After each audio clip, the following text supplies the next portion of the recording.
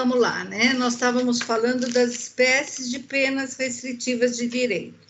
A primeira é prestação pecuniária, e a segunda também é nova, perda de bens e valores.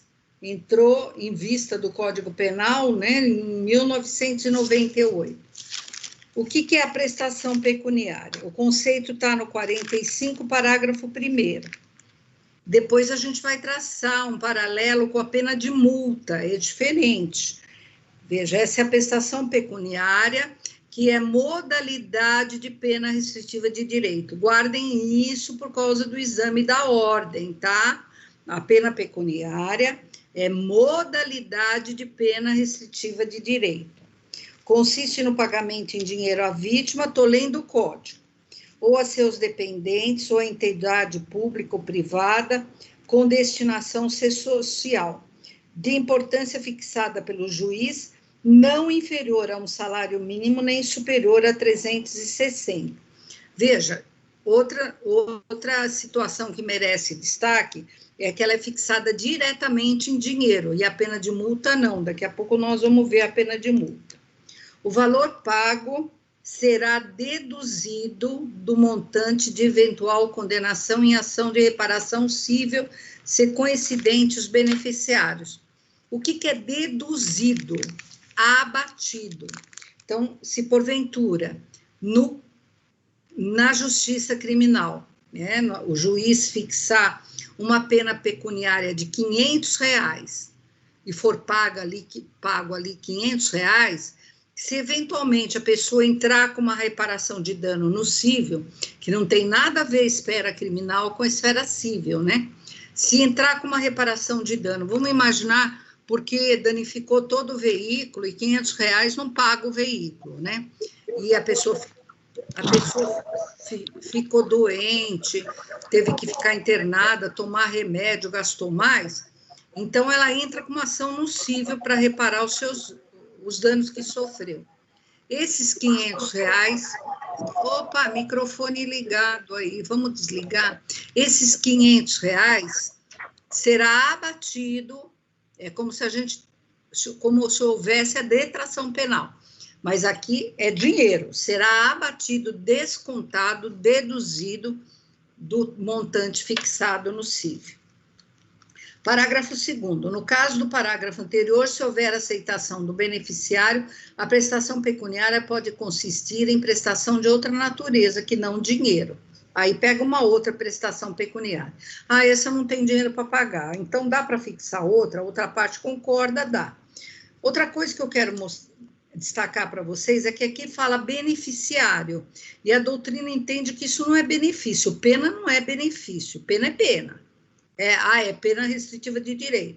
Era pena privativa de liberdade. No passo a passo, o juiz viu que preenchia os requisitos, não tinha violência, até 4 anos, substituiu pela pena restritiva de direito.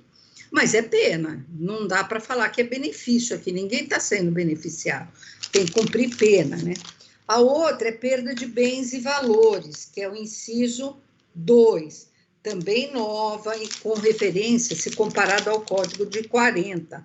Ela também veio em 98, né? Então, é uma perda nova. A perda de bens e valores pertencente ao condenado dar-se-á ressalvada a legislação especial em favor do Fundo Penitenciário Nacional. Olha o fundão aí, né? E seu valor terá como teto o que for maior, o montante do prejuízo causado ou do provento obtido pelo agente ou por terceiro em consequência do crime. Isso aqui, por exemplo, a aeronave que está transportando droga, caminhão, avião, não é? Ou dinheiro de corrupção, muito se pega aqui com referência à lavagem de dinheiro, à corrupção. Então, o fundo penitenciário acaba pegando bastante desse patrimônio todo, vai para leilão, tudo certinho, né? E aqui tem uma outra situação, aqui ele fala o montante do prejuízo causado ou do provento, aqui ou provento ou proveito, não é? Qual é a diferença, né? A diferença é que quando fala o montante do prejuízo causado ou do provento, quer dizer, o montante está se referindo a dinheiro, né? Ou a própria coisa que foi subtraída, digamos, um carro, né? Então, é exatamente para que isso retorne para o Fundo Penitenciário Nacional, não para a vítima. Por isso que, muitas vezes, o juiz, quando quer que a vítima receba, dependendo do caso, ele já fixa a pena pecuniária, que vai direto para a vítima, não a perda de bens e valores. Mas, se for algo que é do crime organizado, sem dúvida nenhuma, vai fixar a perda de bens e valores, ok? Em favor do crime organizado. O item 3 foi vetado aqui, era regime domiciliar, mas o Código de Processo Penal reconheceu depois, então tem muita gente que acaba cumprindo em regime domiciliar. E hoje, inclusive, com essa questão da pandemia, muito se fixa para regime domiciliar. A quarta é prestação de serviço à comunidade ou à entidade pública. Aparece no 46, não é? A pessoa é aplicável às condenações superiores a 6 meses, é trabalho comunitário, no hospital, numa creche, em vários lugares. Teve até uma época, antes da Maria da Penha, que poderia fixar esse tipo de pena, né? Porque depois que veio a Maria da Penha, foi proibido de fixar pena pecuniária, pena restritiva, para esse tipo de crime, né? Então, o juiz não tem aplicado. E o juiz, na época, fixou que o indivíduo tinha que trabalhar 4 horas durante 6 meses, porque bateu na mulher, numa delegacia da mulher, né? E o pessoal até questionou, era um absurdo isso, não sei o quê, mas foi fixada naquele período, ok? Aí, prestação de serviços à comunidade. Aí não seria, ia atender a comunidade ou a entidade pública, seria entidade pública, né? Aqui, o outro, interdição temporária de direitos, aparece no 47, proibição de exercício de cargo, função ou atividade pública, bem como de mandato eletivo. Por exemplo, o Collor, né? Vocês também não lembram, ele teve, depois ele parece que conseguiu reverter isso no Supremo Tribunal, mas ele ficou um tempo sem poder se candidatar novamente, então é possível isso, né? Isso também pode ser aplicado para funcionário público, porque aqui fala cargo, quem ocupa cargo é funcionário público. E o funcionário público, ele é regido pelo Estatuto do Funcionário Público, não tem fundo de garantia, não tem auxílio-desemprego, se perde o emprego, porque não perde. Agora estão tentando fazer uma reforma administrativa para modificar isso. E função é função pública, por exemplo, quem trabalha no metrô, que metade do metrô é público, metade é privado. Então, eles exercem uma função pública, mas são regidos pela CLT. Ou atividade pública, que é munus público, por exemplo, trabalhar num júri, trabalhar numa eleição. 2, proibição do exercício de profissão, atividade ou ofício que dependa de habilitação especial, de licença ou autorização. Por exemplo, um advogado ficar um tempo com a carteira da ordem suspensa. Isso pode acontecer, ok? 3, suspensão de autorização ou de habilitação para dirigir veículo. Isso acontece muito, né? A pessoa acaba praticando um crime culposo, doloso não pode. Atropela alguém e o juiz acaba suspendendo a autorização para dirigir veículo por um tempo. Proibição de frequentar determinados lugares. Não pode ir na faculdade, não pode ir no condomínio de fulano, isso pode acontecer. E proibição de inscrever-se em concurso, avaliação, exame público. Esse entrou em 2011, né? Se alguma falcatrua num concurso público, a pessoa acaba sendo punida, e como não tem violência, se a pena for menos de 4 anos, o juiz poderá fixar. E, finalmente, limitação de fim de semana. Aí fala, a limitação de fim de semana consiste na obrigação de permanecer aos sábados e domingos por 5 horas diárias em casa de albergado ou outro estabelecimento adequado. E durante a permanência poderão ser ministrado curso ou palestra. Isso tem muito, até para quem comete crime culposo, isso tem, o pessoal faz cursinho no Detran, não é? Tem também passar por psicólogas, até na academia de polícia, eles têm um link, João, que bom, tem um link com as psicólogas lá da academia de polícia para poder viabilizar cursos, né? Então, isso existe bastante. Uma pergunta interessante, o que acontece se a pessoa não cumprir adequadamente com a pena restritiva de direito? Olha o artigo, isso é algo que tem que ser gravado, é muito importante no exame da ordem e nos outros concursos. 44, parágrafo 4º.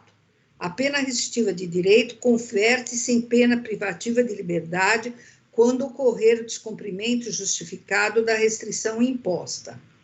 No cálculo da pena privativa de liberdade a executar, será deduzido, abatido, né, o tempo cumprido de pena restritiva de direito, respeitado o saldo mínimo de 30 dias. Quer dizer, se tiver para terminar, pelo menos 30 dias vai ter que cumprir, mas vai se transformar em prisão, ok? Essas são as penas restritivas de direito, que eu já disse a vocês, que não aparece diretamente no Código. O juiz fixa a pena privativa de liberdade e depois substitui. E, finalmente, a última das penas, né? A última das penas que está aqui no 32.3 é a pena de multa.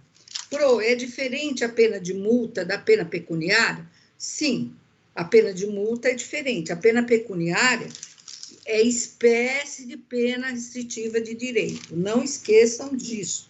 Ela aparece no 43.1. Veja que ela aparece como pena restritiva de direito. Então, ela é diferente. Ela vai para a vítima. A vítima morreu de infarto. Vai para os seus beneficiários, né? Não tem. Então, vai para alguma instituição de caridade.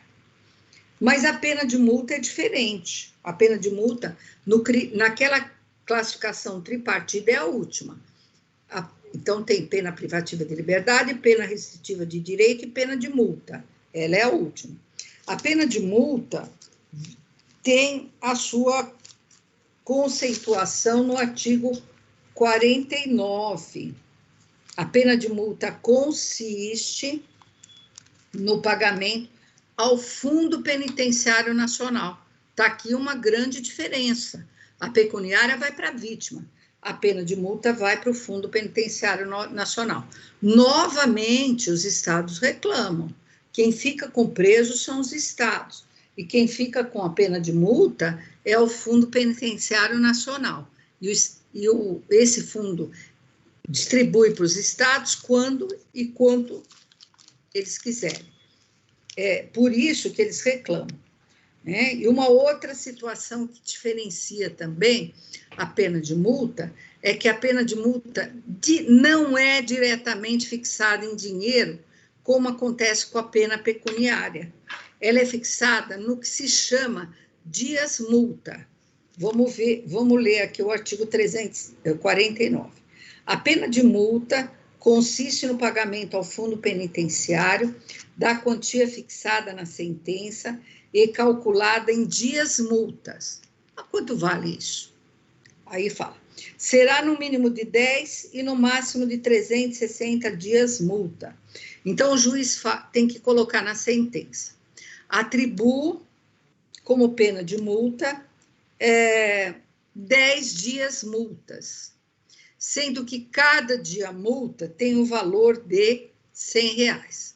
Então, 10 vezes 100 dá 1.000, entenderam?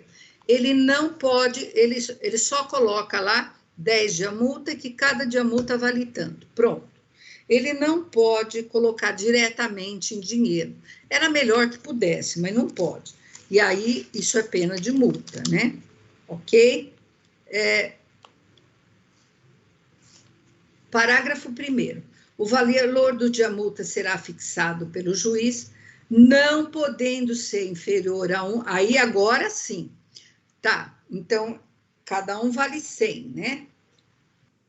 Cada dia multa, 1 vezes 100 dá 1.000, mas aqui diz como não pode ser inferior a 1/30 do maior salário mínimo mensal vigente ao tempo do fato. Aqui em São Paulo está 1.000 e pouco, né? Então tem que fazer desse jeito. O juiz coloca 10 dias multa, sendo que cada um vale 1/30 do salário mínimo, se é daqui de São Paulo, né? Para poder fazer o cálculo, ok? Nem superior a 5 vezes esse salário. Não pode ser acima desse salário. O que acontece se a pessoa não pagar dias multa? Muito bem, Luciene, excelente pergunta, muito boa. Vamos pular o artigo 50 e a gente já vai para lá, para o 51, depois a gente volta. Então, na pena restritiva de direito não cumprida, convalida em cadeia. Antigamente era assim para pena de multa, agora não é mais. Olha o artigo 51. Transitada em julgado a sentença condenatória, a multa será considerada dívida de valor, aplicando-lhe-se as normas da legislação relativa à dívida ativa da fazenda pública, inclusive no que concerne às causas interruptivas e suspensivas da prescrição. Prescrição nós vamos estudar depois. O que importa registrar aqui é que vai ter execução fiscal, não é? Vai executar o valor. Então, pode para a cadeia? Não, tem que ter execução. Então, vai ter um bem penhorado, que é isso que acontece com a execução. Se, por exemplo, eu devo um dinheiro para a Gisele, 20.000, né? Ela tem uma pretensão de receber no cível, ela entra com a ação. A Miriam me deve, eu não tenho título, mas o Rodrigo é testemunha. O Rodrigo vem e fala, a Miriam deve 20.000. Eu sou condenada, porque tem conjunto probatório. Aí a Gisele tem um título executório. O que ela vai fazer? Executar. Aí eu tenho um carro, vai penhorar o meu carro. Ganho de não pagar a multa. Sim, você fez uma colocação importante. Só ganha o benefício de não pagar a multa se provar que é insolvente. Aí, o que não pode é para cadeia. Se falar assim, olha, a pessoa não pagou por quê? Porque não quis. Não é assim que funciona, não é? Tinha dinheiro para pagar? Então, ela tem que pagar, porque vai sofrer execução. Agora, não adianta executar quem não tem nada, porque não vai ter o que executar. Deveria ir para a cadeia, mas aí o artigo 51 fala, não pode ir para a cadeia, tem que executar. E se não paga, o benefício, aí não seria benefício, é pena, né? Se não paga a pena de multa, porque é insolvente, não tem o que fazer. Vamos supor que não está pagando, porque a pena de multa prescreve, é o tempo que o Estado tem para cobrar, tá? Em 2 anos. Não tinha, mas ganhou na loteria 6 meses depois. O Estado vai cobrar? Vai cobrar, não é? Porque não tinha, mas passou a ter. Mas por isso que muitos não pagam a pena de multa, porque não tem dinheiro para pagar, não é? Sim, é feito um levantamento, sai para cumprimento, né? Normalmente, oficial de justiça, eu fui oficial de justiça bastante tempo, né? Eu fui numa época, eu fui do cível, mas uma época fui solidária com o crime, que eles mudaram lá, e o oficial de justiça fazia cível e crime. Você vai lá intimar para a pessoa pagar, aí a pessoa não paga, tem um prazo. Qual é o prazo? Está naquele artigo que nós pulamos, que é o artigo 50. A multa deve ser paga dentro de 10 dias depois de transitada em julgado a sentença, a requerimento do condenado e conforme as circunstâncias, o juiz pode permitir que o pagamento se realize em parcelas mensais. Parágrafo 1º. A cobrança de multa pode efetuar-se mediante desconto no vencimento ou salário do condenado quando aplicado isoladamente, aplicada cumulativamente com pena restritiva de direito, a pena de multa pode ser, a pena de cadeia não pode ser aplicada cumulativamente com a pena restritiva, mas a pena de multa pode, olha aqui, aplicada cumulativamente com pena restritiva de direito, se concedida a suspensão condicional da pena. Depois nós vamos estudar a suspensão condicional da pena. O desconto não deve incidir sobre os recursos. Olha aqui, a brecha que o Richard falou, está aqui, Richard, no parágrafo 2º do artigo 50. O desconto não deve incidir sobre os recursos indispensáveis ao sustento do condenado e sua família. Está aqui a válvula de escape, né? Para poder não aplicar esse, não pagar, né? Então, e o oficial de justiça vai lá, a pessoa não paga, intima, a pessoa não paga nos 10 dias. Aí o que acontece? O juiz determina a execução. O oficial de justiça vai lá, e ele tem fé pública, e certifica que não tem bens a ser penhorados. Aí, com base nessa certidão, né, ou o único bem é o salário, ele ganha um salário mínimo ali, 1.000 e pouco, tem filho, não tem o que penhorar. Então, o juiz, ok, não paga. Mas se ganhar na loteria logo depois, pode pagar. Okay? Professor, oi. Deixa eu perguntar, mas aqui no artigo 50, está dizendo que a multa tem que ser paga depois de 10 dias da condenação ser julgada já transitada, né? Isso. Mas aí, se o indivíduo estiver preso ainda, o que acontece? Vai o oficial de justiça até a unidade informar ele que algum bem dele pode ser apreendido? Sim, vai intimar na cadeia. Se ele estiver preso, cumprindo pena, ele é intimado da sentença. Isso é muito comum no crime de patrimonial. Veja aqui, quem está falando? É a Luciene. Ah, Luciene, muito bem, parabéns. É muito comum nos crimes patrimoniais. Por exemplo, furto, roubo. Furto, normalmente, se for primário, não fica preso, mas roubo fica, porque a pena já é de 4 a 10 anos e tem violência. Então, o juiz não pode fixar uma pena restritiva. E, às vezes, já é reincidente, então o juiz já transita em julgado. Veja aqui, a pessoa, veja no roubo, no preceito secundário do artigo 157. A pena é reclusão de 4 a 10 anos, é o que o juiz vai fixar, né? E multa, é pena cumulativa. Então, mesmo que estiver cumprindo pena na cadeia, ele será intimado do pagamento de multa. Você sabe que ninguém pode ser condenado, e nem na vara da execução, sem advogado, né? Se não puder pagar advogado, tem advogado do Estado, né? Então, isso tudo o advogado já vai orientar. Olha, você foi condenado a pena de multa de tanto, tem que depositar. Se a pessoa tiver dinheiro, vai depositar. Se não, o oficial de justiça vai sair para cumprir. Se não achar bens a penhora, é insolvente, mas se achar, vai ter que penhorar. Ok? Respondi, Lu? Respondeu, Pro, mas sempre tem que ser bens? Não pode se a pessoa... Pode ser em dinheiro também. É que se a pessoa não pagar, mas às vezes pode ser até penhora online, tem ocorrido muito isso, né? Eles pedem para o Banco Central informar se tem dinheiro na conta da pessoa, e aí o oficial de justiça procede a penhora online. Hoje isso tem acontecido bastante, muito. Sim, entendi, professora, obrigada pelo esclarecimento. Nada. Então, vocês percebem o seguinte, vocês viram que a pena de multa apareceu aqui no roubo cumulativamente, aparece no furto, olha lá, no 155, reclusão de 1 a 4 anos e multa. Ela apareceu cumulativamente.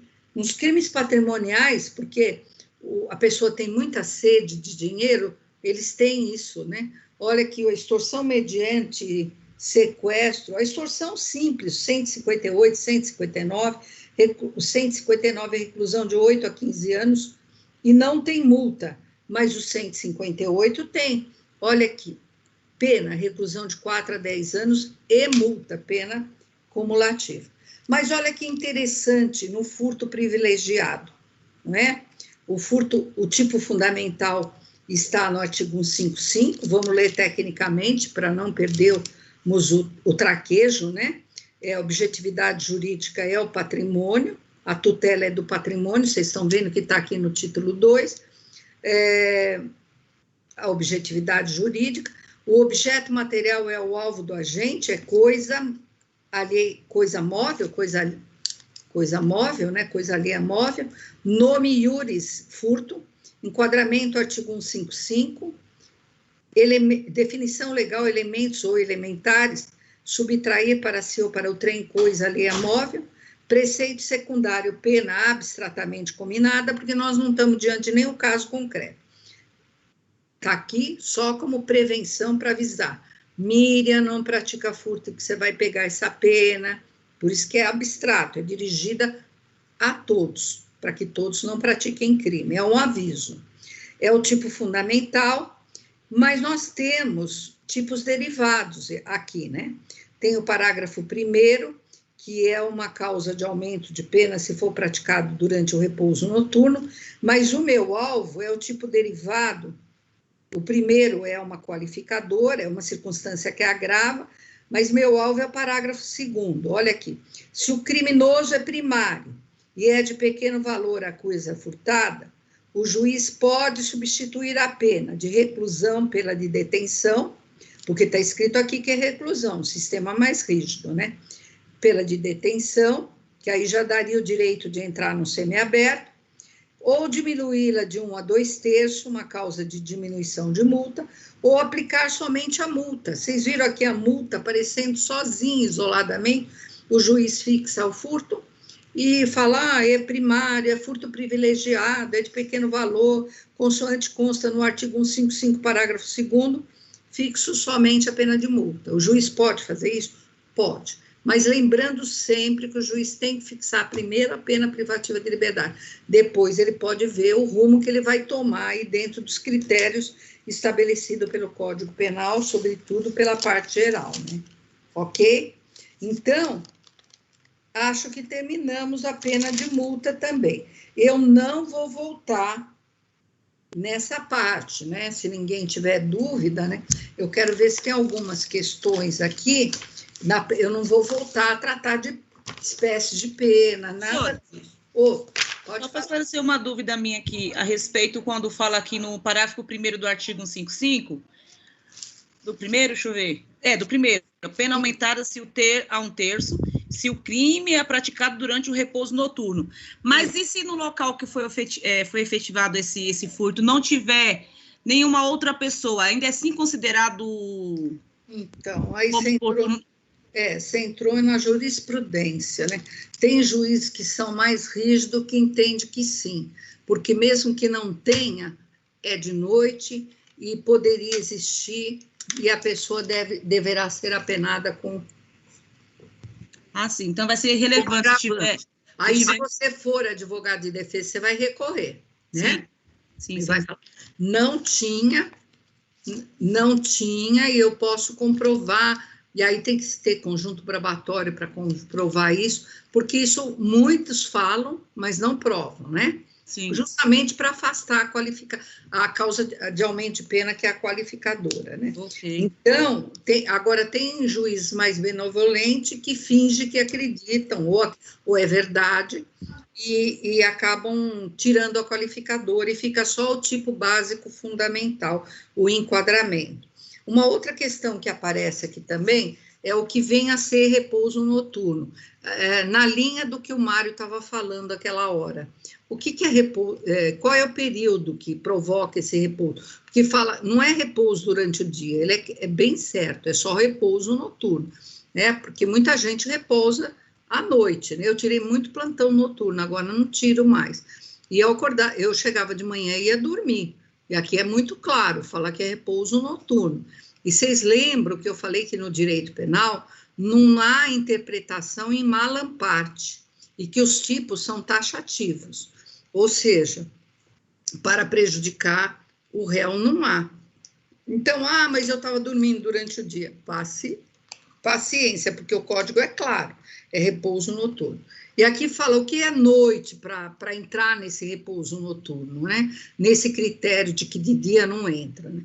Volta aquela discussão da jurisprudência, né? A maioria hoje mais eclética, entendendo que é a partir das 20 horas, e outras dizendo que é 18, porque tem gente que dorme cedo, porque acorda cedo, não é? Dorme 8, 9 horas, porque levanta 4 horas da manhã para ir buscar coisa lá no Ceasa para vender na feira.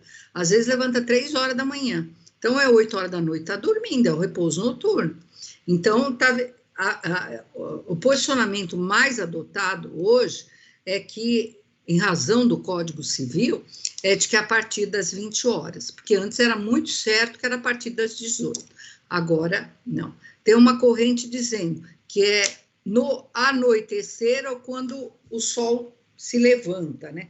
Mas também não é a predominante. A predominante é 20 horas agora, por conta dessa reforma, tá? Ok? Vamos ver o que tem na apostila, no material que eu passei, não é? Para ver se ficou alguma coisa pendente de pena, porque nós não vamos voltar nessa parte. Eu acho que a gente trabalhamos bastante, vocês estão mais fortalecidos, né? Mas e aí? O Richard perguntou. Mas e aí é feito, agora que eu vi, Richard, é feito o levantamento dos dados do indivíduo. Sim, não é? É feito o levantamento, mas se o juiz da execução falar que é insolvente, passou os 2 anos, não ganhou na loteria, terminou o cumprimento da pena, porque a prescrição é uma causa extintiva da punibilidade. Não foi a Luciene que perguntou. Aí encerra, não é? Depois de 2 anos, se a pessoa passou a não ter dinheiro, nem ganhou na loteria, ela não tem mais nada para pagar. E se o levantamento do indivíduo, dos dados do indivíduo, eles constam, a pena, a condenação e pena de multa, tudo, eles constam por um tempo, né? Depois nós vamos estudar o Instituto da Reabilitação, aí tem que entrar com pedido de reabilitação do nome, para não constar mais nada. Nós temos o RG Civil, que é feito pelo Departamento da Polícia Civil, que é o IRGD, com base nas nossas impressões digitais. E também a Polícia Civil mantém o banco de dados criminal. Então, se o juiz determinar que se reabilite, e depois nós vamos estudar a reabilitação pela ordem dos artigos, lá para frente, aí tem que levantar, porque aí se o juiz determinar, tem que levantar. Fala. Outra dúvida aqui, Luciene, esse prazo de prescrição é contado a partir dos 10 dias de multa ou a partir do fim do cumprimento da pena? Ou não é contado assim? É a partir, esses 2 anos de prescrição, deixa eu ver, eu acho que tem até aqui no código, espera aí, que aí a gente já vai direto no pagamento da multa. Deixa eu ver onde está, suspensão, revogação, eu acho que tem aqui, eu quero achar exatamente o artigo, porque eu gosto de achar o artigo, né? Cálculo da pena, não, agora não estou achando, multa, serão distintas, agora não estou, ele sumiu. Ele é contado, mas tem aqui, sumiu. Não pode sumir. Revogação, prevista, combinação. Ele é contado da data da publicação da sentença. Da publicação da sentença, tem uma jurisprudência que entende que ele deveria ser contado a partir da publicação na realidade, não é da publicação da sentença, é do reconhecimento da decisão do juiz que reconhece a insolvência, ok?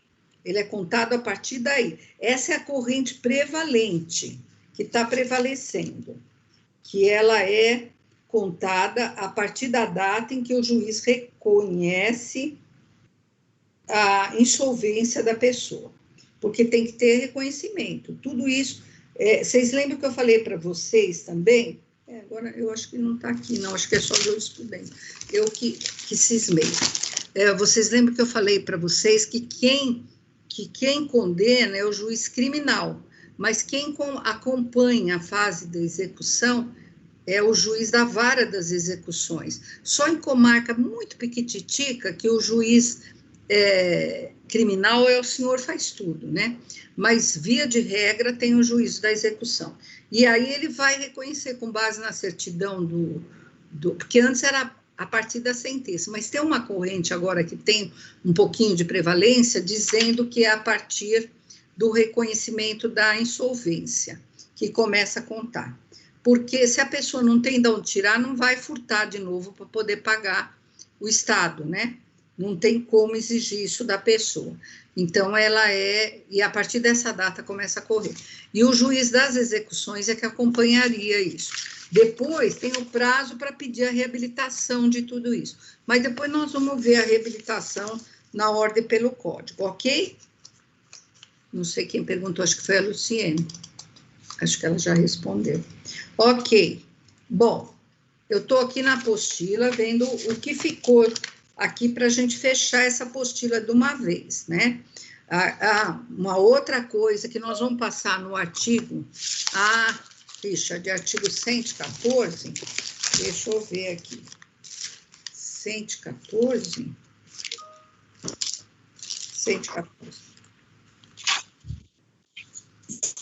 Exatamente, Richard. Eu achei que nem tivesse, que fosse só jurisprudência, não me lembrava na cabeça. Exatamente, olha o artigo 114. A prescrição da pena de multa ocorrerá em 2 anos, quando a multa for a única combinada ou aplicada. Porque aí tem a ver, com referência à pena de multa, vai ser 2 anos. Mas quando tiver outro crime, como no roubo, por exemplo, que é aplicado acumulativamente, aí o prazo prescricional, que é o tempo que o Estado tem. O que é prazo de prescrição, que nós vamos estudar lá no final? É o tempo que o Estado tem para cobrar a responsabilidade, né, da pessoa. Segundo, no mesmo prazo estabelecido para a prescrição da pena privativa de liberdade, quando a multa for alternativa ou cumulativamente comunada ou cumulativamente aplicada. Mas essa parte final aqui, a jurisprudência tem derrubado isso. Tem dito que aqui ele fala, vai seguir, se foi aplicada alternativamente ou cumulativamente, vai seguir, por exemplo, a prescrição do furto. Mas a corrente prevalente na jurisprudência tem entendido que continua a vigência dos 2 anos. Até se eu lembrar, eu vou pegar alguma sentença, alguma decisão sobre isso, apesar desse artigo 114.2, e que eles estão pedindo até a reforma desse artigo. E aqui já está no prazo prescricional. Foi muito bem que o Richard foi olhar aqui, porque não me lembrei de olhar direto na prescrição, e já estava lá. Mas muito obrigada, Richard. Fala da prescrição, exatamente. Mas a corrente prevalente tem entendido que, mesmo que aplicada cumulativamente, continua sendo 2 anos, em termos de jurisprudência. Poucos juízes têm entendido que é o quanto foi fixado de pena. Por exemplo, se o furto, a pessoa teve fixada a pena de 2 anos, a pena de multa seguiria isso. Eu também agradeço, ele está atento, viu? Isso é bom. E às vezes dá um branco, né? E aí, olha aí, o aluno, isso é ótimo, isso mostra que vocês estão muito participativos. E a minha felicidade com esse intercâmbio é ter certeza absoluta que vocês vão chegar no penúltimo ano e vão estar gabaritando a prova de penal. Olha que chique, eu vou estar tão feliz, não é? E vocês mais ainda, né? O Mário em breve, né, Mário? Não é o Mário que já fez até colação? Foi? Acho que é o Mário. Não, não sou eu, não. Não sou eu, não. Quem foi? Não é dessa turma? Acho que é da outra. Tem uma caminhada ainda. Então acho que foi outra turma. Acho que foi de outra turma. Achei que fosse você. É isso mesmo, Axa. Amém. Eu também estou rezando para isso. Bom, gente, na sequência do código não, do material que eu passei para vocês, vamos trabalhar uma outra questão importante, né? É o cálculo da pena, né? Eu vou adiantar, depois, isso aqui eu vou voltar, eu não vou voltar mais nessa parte de espécies, esses detalhes, não. Mas eu vou voltar nesse critério trifásico, que é o artigo 68, porque eu preciso voltar para vocês gravarem bem, né?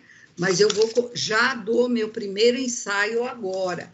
É o artigo 68, que diz como o juiz vai calibrar essa pena, quantificar essa pena.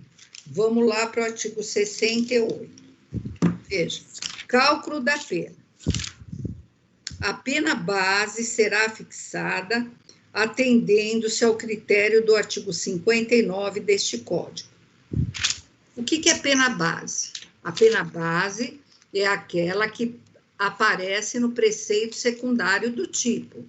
Então, se for o caso concreto, um homicídio, artigo 121.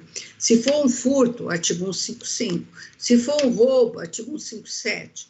Então, o que aparece no preceito secundário daquela estrutura que nós estudamos é a pena base. O juiz vai achar ali, ele não pode fixar, por exemplo, num homicídio, menos de 6 anos, né? Ele não pode fixar. Por quê? Porque o homicídio simples é de 6 a 20 anos no preceito secundário do tipo. Então, ele tem que usar esses indicadores aqui. Ou ele fixa 6, ou ele fixa 7.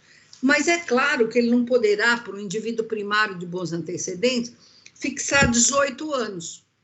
Pode? Não, porque aí a doutora Gisele vai falar, olha, meu cliente é primário, de bons antecedentes, tem trabalho, matou um cara que provocou, não é?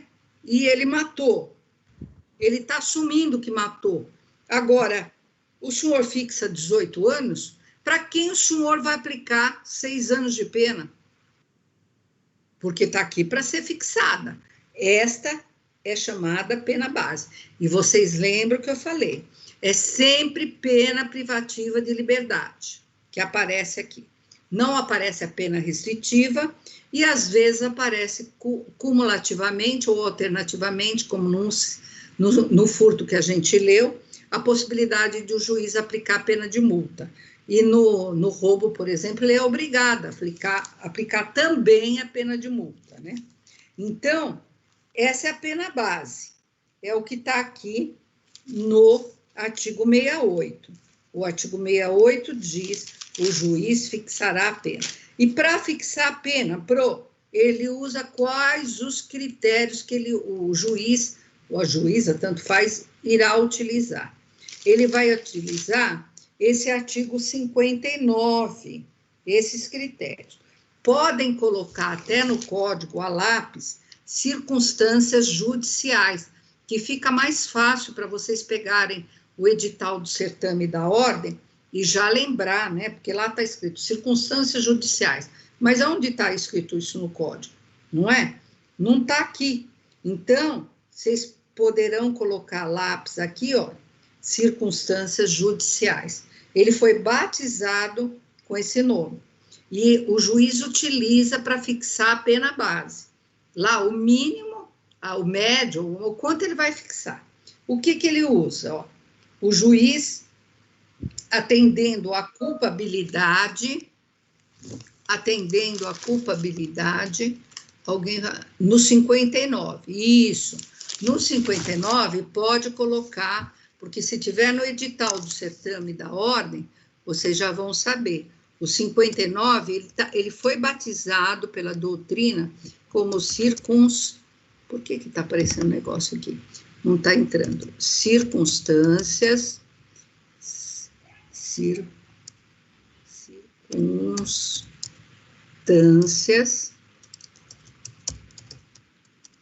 judiciais.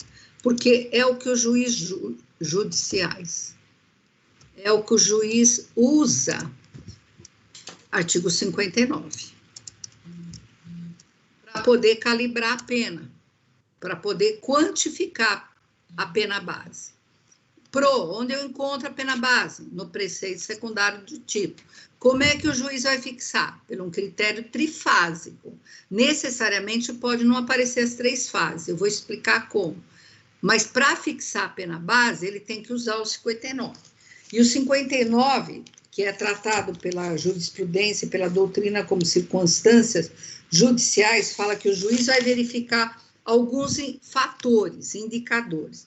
Primeiro, a culpabilidade. Vamos lembrar que a culpabilidade é o gênero.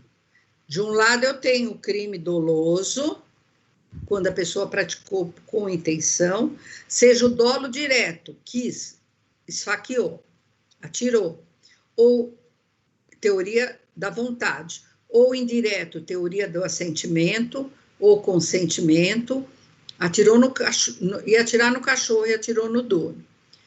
É o dolo. E o do outro lado, nós temos crime culposo. Esse é o recheio da culpabilidade, né? E lembrando também que nós não podemos fazer juízo de culpabilidade para inimputável por doença mental, né? Porque imputável é a pessoa capaz. Quem é imputável? É a pessoa capaz. Simples assim. Não precisa complicar.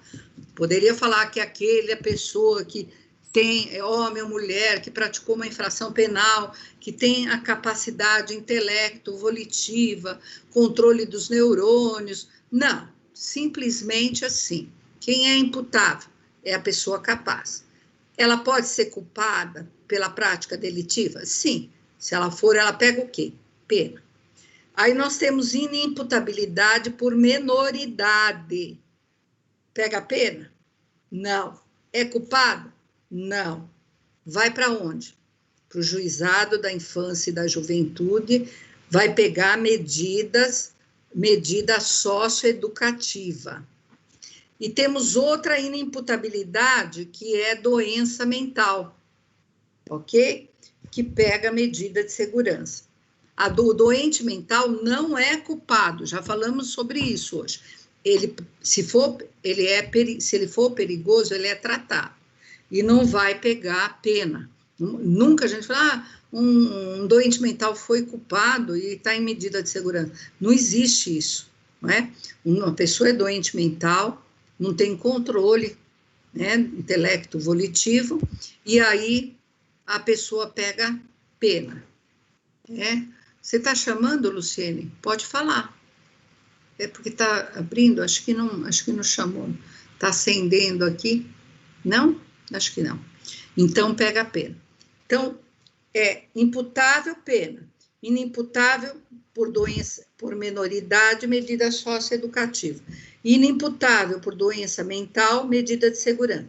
Fora isso, só tem mais um caso de inimputabilidade que eu quero que vocês não se esqueçam por causa do exame da ordem, que é a decorrente de embriaguez ou outra substância análoga, como maconha, cocaína, mas decorrente de caso fortuito ou força maior, não é?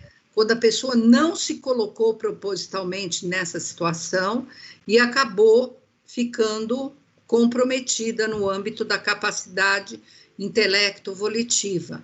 Vocês lembram daquele exemplo clássico que eu dei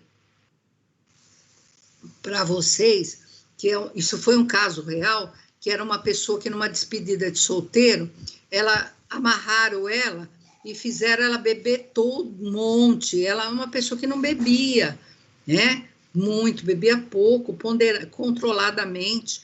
Depois ainda um cara colocou cocaína na boca dessa pessoa.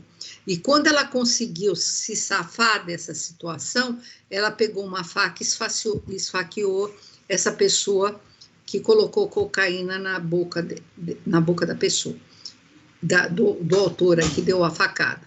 Foi comprovado que estava completamente sem controle mental. Se colocou nessa situação porque quis? Não. Então, excluiu a culpabilidade.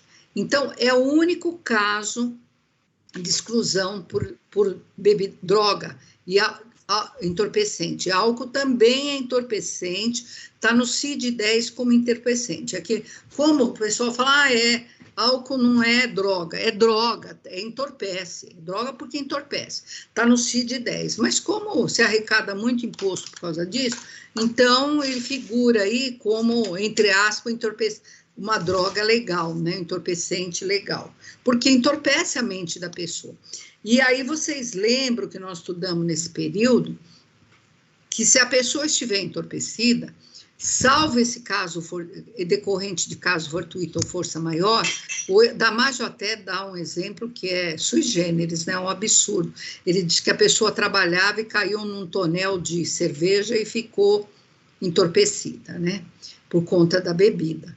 Então, esse é o exemplo quando o Damasio cuida disso.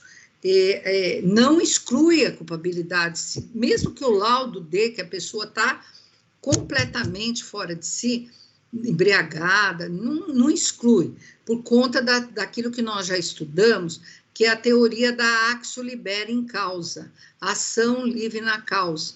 É o livre-arbítrio de Beccaria, não é? A pessoa é livre para decidir se usa, se bebe ou não. E se a pessoa se colocou nessa situação, tinha livre-arbítrio para não se colocar. Por isso, vai responder pela prática delitiva. Mas no exemplo da despedida de solteiro, a pessoa não se colocou, né? Por isso que excluiu a culpabilidade da pessoa. Então, aqui, o juiz vai apreciar a culpabilidade. É o primeiro item. Lembrando que essa culpabilidade aqui é a culpabilidade, é o gênero do lado crime doloso, o juiz já verificou. A pessoa é imputável, ok, não está nos autos, né, ela é imputável. Segundo, os autos demonstram que a pessoa praticou crime doloso ou culposo. Cristiane Torlone matou o filho dela, mas ela não queria matar, foi sem intenção, então foi culposo, não é? Não foi doloso. Isso tudo o juiz vai apreciar na culpabilidade. Também ele tem acesso aos antecedentes criminais. Já de ab início, né, o delegado já faz esse levantamento, já vai tudo nos autos do inquérito, que depois se transforma em processo, etc. Aqui tem dois componentes nas circunstâncias judiciais que eu reputo complicado do juiz apreciar, né, que é a conduta social e a personalidade do agente. Na minha visão, quem poderá verificar toda a conduta social é um assistente social. E quem pode verificar a personalidade do agente? Um psiquiatra, um psicólogo, não é? Porque um juiz interrogando a pessoa uma vez só, entrevistando a pessoa uma vez só, não tem know-how para poder aferir isso. Não tem. Né? Por isso que em país de primeiro mundo, o exame criminológico, exatamente, aquele índio que é índio, né? Porque tem índio que já está ali,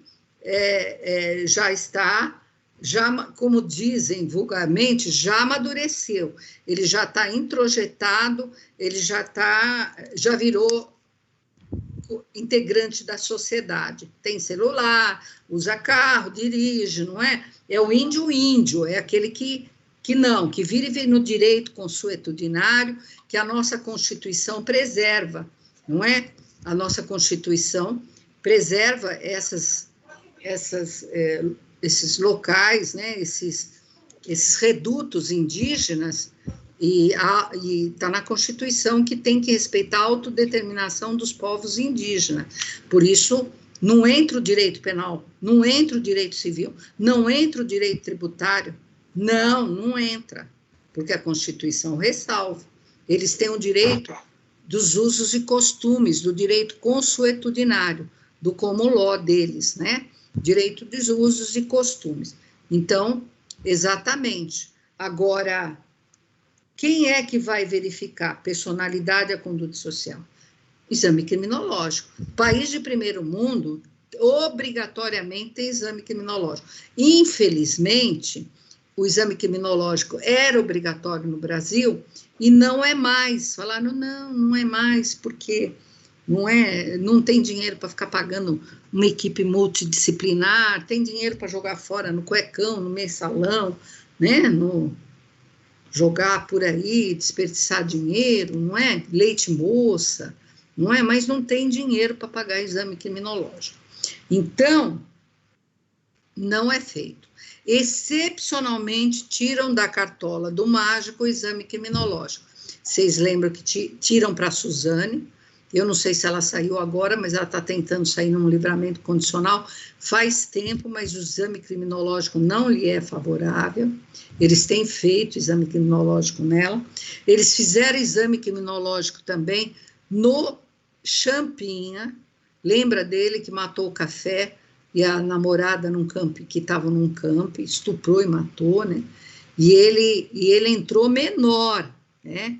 Ele entrou com 17 anos, ele não pegou pena, ele ficou 17, 18, 19, 20, cumprindo 3 anos, estão tentando aumentar esse prazo, modificar esse prazo do ECA, porque é uma aberração matar 2 pessoas, estuprar e ficar 3 anos numa medida socioeducativa.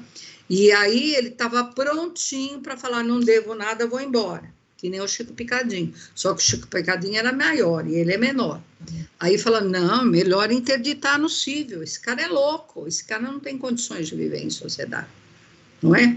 Aí fizeram uma interdição dele no cível não, no cível, na curadoria de ausentes e capazes. Então, não sei como é que o juiz afere isso, sinceramente, mas está aí, né? Não tem como o juiz fazer essa aferição. De uma entrevista, alguém conhece uma pessoa de uma entrevista, de um contato só? Não conhece. Aos motivos, o juiz vai apreciar também os motivos, as circunstâncias e consequências do crime. Aí é mais fácil, né? O juiz tem como aferir, porque está nos autos do processo. Tem que estar um bom conjunto probatório, bem como o comportamento da vítima. Essa expressão aqui não tinha, ela foi inserida numa reforma que veio em 90, né? Aí eles incluíram o comportamento da vítima, porque às vezes tem pessoa que provoca também, não é vítima tão inocente, ou que também deseja participar de uma fraude, né?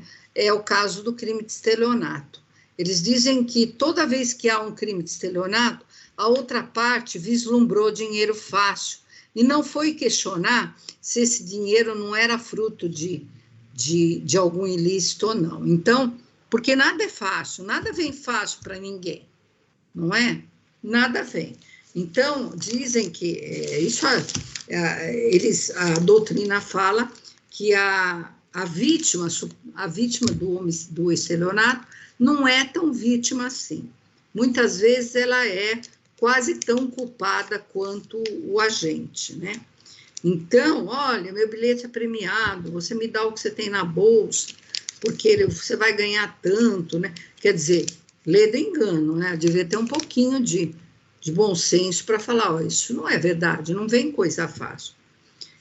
E aí está aqui, ó, o juiz estabelecerá, conforme seja necessário e suficiente, para reprovação e prevenção. Veja, aqui está a finalidade da pena. Ela é retributiva preventiva. Essa reprovação é no sentido de retribuição. E como bem disse Beccaria, a pena é retribuição e é castigo mesmo. O que a pena não pode ser, Beccaria lutou muito naquele período e colocou isso na obra dele, o que a pena não pode ser é cruel, não é? A pena tem que ser, o agente tem que cumprir, homem ou mulher, com dignidade, mas ela é, sim, castigo, ela é para reprovar, ela é retributiva. Até quando as penas começaram, tinha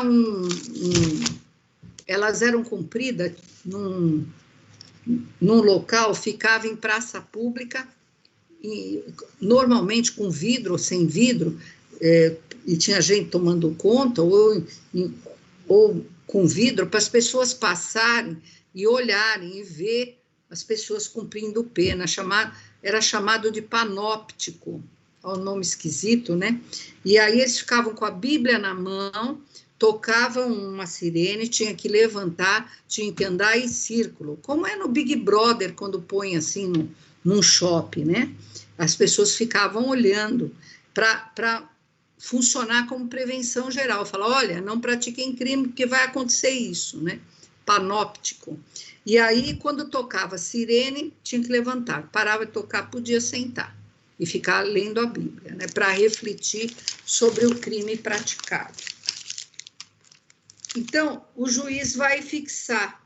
Aí está aqui o inciso 1º, as penas aplicáveis dentre as cominadas, a quantidade de pena aplicável dentro dos limites previstos, tem que ter bom senso, vocês lembram que eu falei, se o homicídio, o indivíduo é primário, bons antecedentes, não pode aplicar 20 anos, né? O regime inicial de cumprimento da pena, se for superior a 8 anos, tem que ser fechado, mas nada impedirá o juiz de fixar um fechado se a pessoa não for reincidente num crime de roubo, por exemplo, qualificado por uso de arma, o juiz fundamenta e aplica. Para uma pena de 5 anos, ele aplica o sistema inicial fechado, que vai ser progressivamente, vai evoluir, se a pessoa tiver bom comportamento. Opa, não entendi. Acho que estava aberto, né? 4. A substituição da pena privativa de liberdade aplicada por outra espécie de pena se cabível. Aqui está a válvula de escape para o juiz aplicar. Primeiro, ele fixa a pena privativa, não tem violência até 4 anos, ele fixa a pena restritiva de direito, que aí é melhor, não é? Se ele não fixar e a pessoa não praticou crime violento e tiver dentro desses 4 anos e não for reincidente, o doutor Hidemburgo vai recorrer, vai falar, como?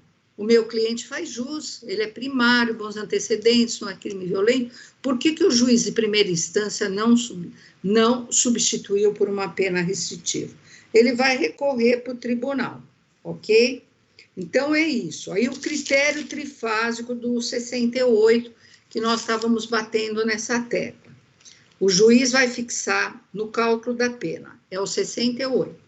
A pena base será fixada atendendo-se ao critério do artigo 59 deste Código. Em seguida, serão consideradas circunstâncias atenuantes e agravantes, não é? Que circunstâncias atenuantes e agravantes? Nós vamos estudar, né? Está aqui no artigo 61, as agravantes em 62, e as circunstâncias atenuantes no 62, no 65. Por exemplo, uma circunstância que atenua a pena e diminui a pena, e o juiz vai analisar isso na segunda fase. Primeiro a pena base, segunda fase pelo critério trifásico. Na segunda fase, o juiz vai analisar. Vamos supor que o réu tenha 19 anos, o condenado. E o juiz não coloca essa circunstância agravante que aparece no 651, ser o agente menor de 21 anos. O que o doutor Rodrigo vai fazer? Vai recorrer, vai falar, juiz não reconheceu a idade, a faixa etária, que o meu cliente é menor de 21 anos, porque vai diminuir a pena. Isso é na segunda fase. E terceiro, vai, por último, as causas de diminuição e de aumento de pena. Está no artigo 68, tá? 3 fases. Primeiro, pena base. Segundo, circunstâncias atenuantes e agravantes.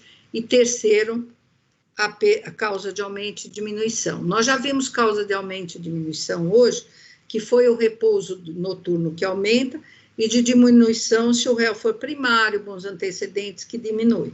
A diferença entre circunstâncias agravantes e causa de diminuição é que a causa de diminuição sempre vem no tipo penal e vem num percentual. Vocês viram lá o repouso noturno, que tem um percentual para o juiz reconhecer. Olha lá, parágrafo 1º do artigo 155. A pena aumenta-se de 1/3 se o crime é praticado durante o repouso noturno. O que é isso aqui? É uma causa de aumento de pena. Por que vocês vão saber que é uma causa de aumento de pena? Porque aumenta-se de 1/3, está num percentual. Então, é fácil identificar, ok? Esse é o critério trifásico para a fixação da pena. Professora, sempre tem pena base? Sempre. Professora, sempre tem circunstâncias atenuantes e agravantes? Não, necessariamente não. A pena base, ela faz parte daquela estrutura, sempre vai ter, né? O juiz vai pegar a pena base. Mas se não tiver nenhuma circunstância que atenue a pena, e depois nós vamos estudar essas circunstâncias atenuantes e agravantes, e nenhuma causa de aumento de pena e nem diminuição, o juiz não coloca. E o advogado não poderá recorrer, sem dúvida nenhuma. Veja a Suzane. A Suzane pegou uma causa de diminuição de pena. Porque, segundo consta, ela seria menor de 21 anos na época. Essa causa de diminuição de pena, essa circunstância, essa atenuante, ela está para ser derrubada no tribunal, na Casa Legislativa, na reforma. Por que ela vai ser, vocês falam, porque menor de 21 anos? Tem que estar na faixa etária de 18 a 21, porque se tiver 17 é o ECA. Então, para pegar isso é 18 a 21. E por que tem essa circunstância que atenua a pena? É porque vocês lembram, muitos, né, talvez não tinham nem nascido, que o Código Civil, a pessoa só atingia a maioridade para fazer todos os atos da vida civil com 21 anos. E só na reforma de 2002 que caiu para 18. Então, e antes, se ela tivesse que fazer algum ato, ela tinha que ser representada pelos pais. Então, era como se a pessoa dos 18 aos 21 anos não tivesse maturidade suficiente. Isso caiu por terra no Código Civil. Por isso o Código Penal tinha esse dispositivo de tem atenuar a pena. Mas na reforma legislativa parece que isso não vai figurar mais, não vai aparecer mais, né? Por conta de que não tem razão, né? Bom, regimes de cumprimento de pena, a gente já debateu bastante, até colocamos aqui, né? É o fechado, o semiaberto, o aberto. Percebam que semiaberto é tudo junto, é uma palavra junta, não é separado, tá? Isso está no código, né? E ele vem distribuído aqui, a gente já viu isso também, nós não vamos ver de novo, né? E semiaberto, deixa eu ver onde está. Está no artigo 35, né? E aberto, nós já vimos. E aqui tem o tempo máximo de cumprimento de pena. O preso deve 300 anos, que nem Cabral lá, foi condenado, parece que deve mais de 300 anos. Quantos anos ele vai cumprir de pena, né? Se ele foi sentenciado, transitou em julgado, antes da reforma da lei anticrime, que entrou, a reforma feita por ela, que entrou em vigor, foi publicada em dezembro de 2019, mas ela teve um período de vacatio legis, para que todo mundo tomasse conhecimento dela em janeiro, e ela aumentou esse prazo para 40, se ele foi condenado antes, com trânsito em julgado, esse limite não poderá ser atingido, 40 anos, porque agora o limite é de 40 anos. Lindenberg foi condenado, como a gente falou, antes. Então, a novatio legis impejus para prejudicar.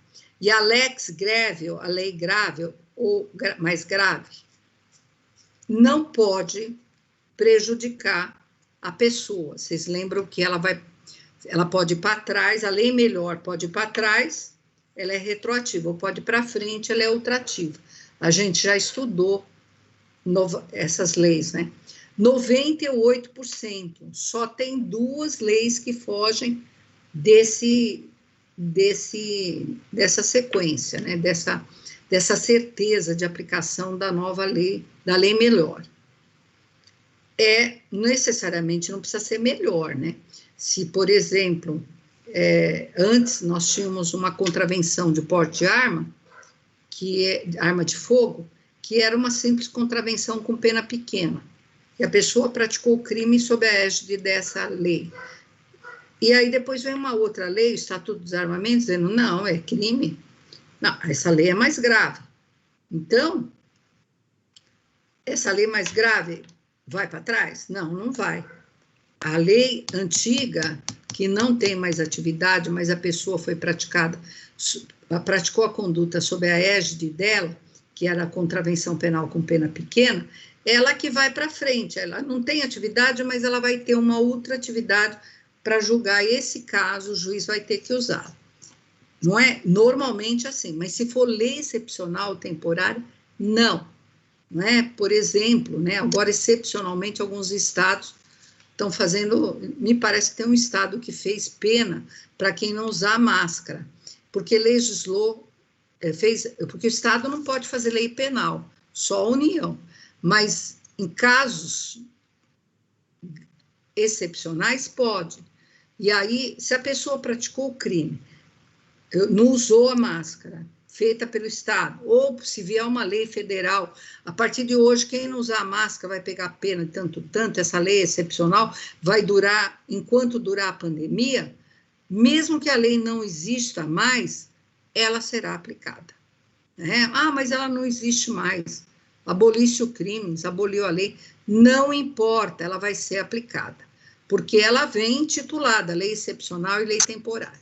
Vem lá com o nome, lei excepcional ou temporária.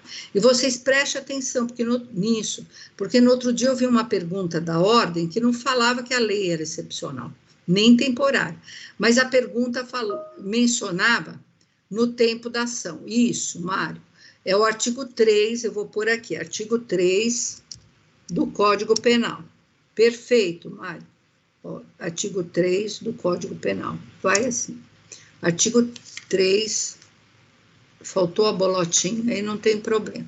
É o artigo 3º, tá, do Código Penal, que excepciona leis temporárias, isso, no tempo da ação. E aí, o que aconteceu? O que aconteceu? Aconteceu que a pessoa pratica, não é? E ela vai ser responsabilizada. A lei é ultrativa, não tem como não aplicar. Mesmo que o Estado tenha feito, ou a União fez, ela tem vigência, né?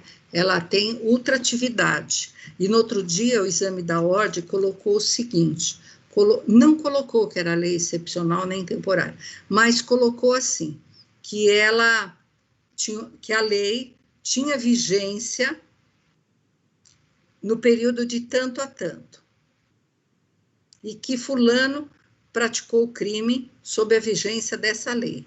Depois veio uma lei melhor, né, uma outra lei, mas porque aquela outra lei tinha vigência de tanto a tanto, só. O que é isso? É uma lei temporária, não é? Quem colocou que ia responder, que a pessoa seria enquadrada nessa lei temporária, acertou. Né? Embora não tivesse falado que era lei temporária, deu começo e término. Então, é por aí. É essa lei que vai ser utilizada pelo juiz na hora do julgamento. Bom, a lei anticrime, que passou de 30 para 40 anos, ela tem um número aqui na folha, vocês estão vendo, 13.694, mas é uma novatio legis impejo, o lex grave. Então, quem já teve trânsito em julgado não será prejudicado. Cuidado com isso no exame da ordem, porque se colocar, não é? A pessoa já foi condenada, que nem, por exemplo, o Lindenberg, não são 40 anos, são 30, né? Então, tem detalhes que a gente tem que prestar atenção para não cometer erro. Bom, aqui a gente falou das penas restritivas, a gente já conversou, não precisamos mencionar mais. Agora, perguntas, né? Questões. Aqui no finalzinho, para a gente encerrar a aula de hoje, né? Eventualmente, eu vou voltar a falar sobre critério trifásico, sobre circunstâncias atenuantes, mas eu não vou mais falar de detalhes de pena privativa de liberdade, restritiva, nem pena de multa, porque eu acho que vocês já estão suficientemente amealhar o conhecimento disso, né? Aqui, perguntas. Onde há fixação, se o crime é de detenção ou de reclusão. Então, a resposta é no preceito secundário do respectivo tipo penal. Então, se estou falando de estupro, é o 213. Se estou falando de homicídio, é o 121. Depois vocês vão estudar paulatinamente no Direito Penal 3, por isso que vocês têm todo esse arcabouço estrutural da parte geral para vocês se prepararem, porque aí fica mais fácil. Onde se encontram matérias específicas sobre direitos, trabalho e deveres do preso? Está na LEP. Qual é? É Lei de Execução Penal. Qual é o número da LEP? É 7.210 de 84, ok? E se ocorrer a superveniência de doença mental? Artigo 26 e 41 do Código Penal, 149 e 144 do CPP e 99 a 101 e 183 da Lei de Execução Penal. Nós vamos deixar esses artigos para nós estudarmos depois. Teoria da atividade, tempo da ação. Teoria, artigo 4º do Código Penal, não é? Aí é o artigo 4º. Quando que se considera praticado o crime? É direito temporal. É o artigo 4º do Código Penal, não é? No momento da ação, artigo 4º do Código Penal, ok? Então, voltando aqui, aonde que nós vamos? Depois nós vamos estudar na medida de segurança esses artigos que falam de doença mental. O que é detração penal? Nós já vimos também. É imposição jurídica formulada pelo artigo 42, que fala do cômputo na pena privativa de liberdade e do tempo de prisão provisória. A gente já falou, né? O que acontece se há descumprimento da pena... Aqui está privativa, gente, está errado isso. É pena restritiva. Essa pergunta aqui está errada. O que acontece se há descumprimento da pena restritiva de direito? Parágrafo 4º do 44 diz que converte em pena privativa de liberdade. O que acontece se o condenado não pagar a pena de multa? Será considerada dívida de valor, artigo 51 do Código Penal. A lei anticrime, essa execução estava sendo feita pela... Isso aqui é interessante, pode aparecer no exame da ordem também. Olha que interessante.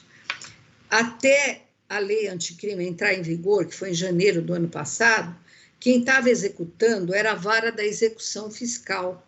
E aí a lei anticrime diz que quem vai executar é o juízo da execução penal. Não é mais a execução fiscal. Pode aparecer uma pergunta dessa no exame da ordem, ok?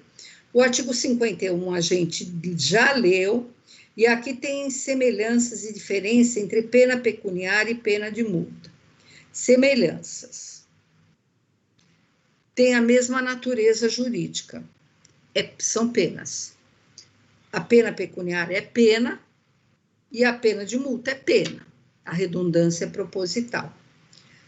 Só podem ser fixadas após a condenação. É verdade? Sim. A pena de multa, a pena pecuniária, só pode ser fixada após condenação. E tem a mesma finalidade. Qual é a finalidade? Retributiva, castigo, e preventiva, recuperar a pessoa. Não sei se recupera, mas tem a finalidade da pena é retributiva e preventiva. Diferenças, tá? A pena pecuniária é espécie de pena restritiva de direito. Já a pena de multa é espécie de pena, simplesmente espécie de pena. Aparece no artigo 32. Porque vocês não vão ver no 32 a pena pecuniária. Porque no 32 tem o quê? Pena privativa de liberdade, pena restritiva de direito e pena de multa. Aonde está a pena pecuniária? Ela é espécie de restritiva de direito, está aqui. A pena de multa figura como espécie de pena. Outro exemplo, outra diferença. A pena pecuniária é paga à vítima ou para os seus dependentes. Já a pena de multa é paga para o Fundo Penitenciário Nacional. Outra diferença.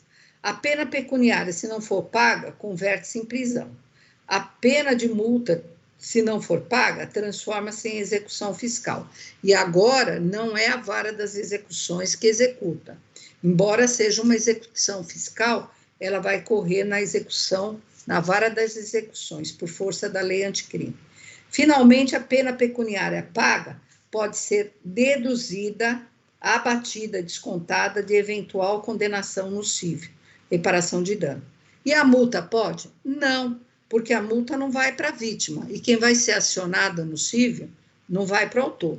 E quem vai ser acionado nocível para eventualmente reparar o dano, por exemplo, uma batida de carro, porque a pessoa estava agindo de forma imprudente, e aí houve uma lesão, a pessoa ficou cadeirante. Quem que vai entrar com uma reparação de dano, fora a parte criminal? E pagou alguma coisa como pena pecuniária, pode ser abatida. Mas se for multa, não pode abater, porque a multa não vai para a vítima, a multa vai para o Fundo Penitenciário Nacional. Ok? E esses detalhes de pena de restritiva, pena de multa, como se calcula, né? Só cálculo, critério trifásico, nós vamos voltar. Mas essa partezinha mais detalhada aí dos regimes, nós não vamos voltar mais, né? Nós terminamos. E se vocês não tiverem pergunta, eu vou fazer chamadinha. Não tem pergunta? Não? Pela ordem, eu vou... Tá. Não respondo fora da ordem, porque aí me confunde, tá? Eu vou, conforme eu for chamando, pode sair da plataforma que eu já estou dando boa noite para todos. Aqui, eu vou seguir a ordem. Axa, presente. Eu já vi. Ana Beatriz Ueno. Tá aí, Ana Beatriz? Quem eu for chamando pode sair dando boa noite, pode sair da plataforma. Presente. Ana Angélica Santos. Brenda, pera um pouquinho, ainda tem mais aqui. Olha, se alguém não tiver aqui, espere eu terminar, depois me dá um nome. Ana Angélica Santos, tá aí? Faltou.